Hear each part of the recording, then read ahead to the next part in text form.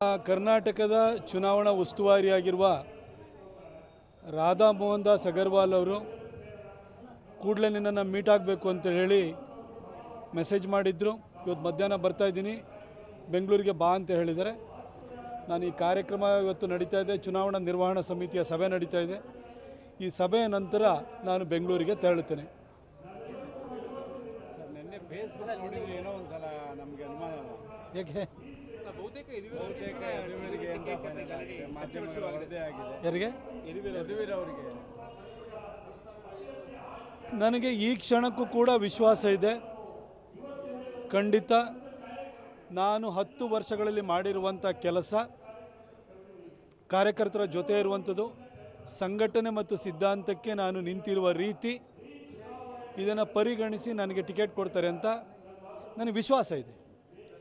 ನಾನು 28 ಜನ ಸಂಸದರಿದ್ದೀವಿ. ಅದು ಬೇರೆ ಪಕ್ಷದವರು 3 ಇದ್ದಾರೆ, ಒಬ್ಬರು ಇಂಡಿಪೆಂಡೆಂಟ್ ಇದ್ದಾರೆ. ನಮಗೆ ಟಿಕೆಟ್ ಕೊಡಬೇಕಾದ್ರೆ ನಾವು ಮಾಡಿರುವಂಥ ಕೆಲಸಗಳನ್ನು ಪರಿಗಣನೆಗೆ ತೆಗೆದುಕೊಂಡು ಟಿಕೆಟ್ ಕೊಡಬೇಕಾಗುತ್ತೆ. ನಾನು ಭಾರತೀಯ ಜನತಾ ಪಕ್ಷದಲ್ಲಿರುವಂಥ 25 ಸಂಸದರಲ್ಲಿ ನಾನು ಹಿಂದುತ್ವದ ಕಮಿಟ್ಮೆಂಟಲ್ಲಿ ನಾನು ಯಾರಿಗೆ ಕಡಿಮೆ ಇದ್ದೀನಿ ಹೇಳಿ? ಹಿಂದುತ್ವದ ಕಮಿಟ್ಮೆಂಟು ನನ್ನನ್ನು ಮ್ಯಾಚ್ ಮಾಡೋಕ್ಕೆ ಈ ಭಾಗದಲ್ಲಿ ಯಾರ ಕೈಲೂ ಸಾಧ್ಯ ಇಲ್ಲ.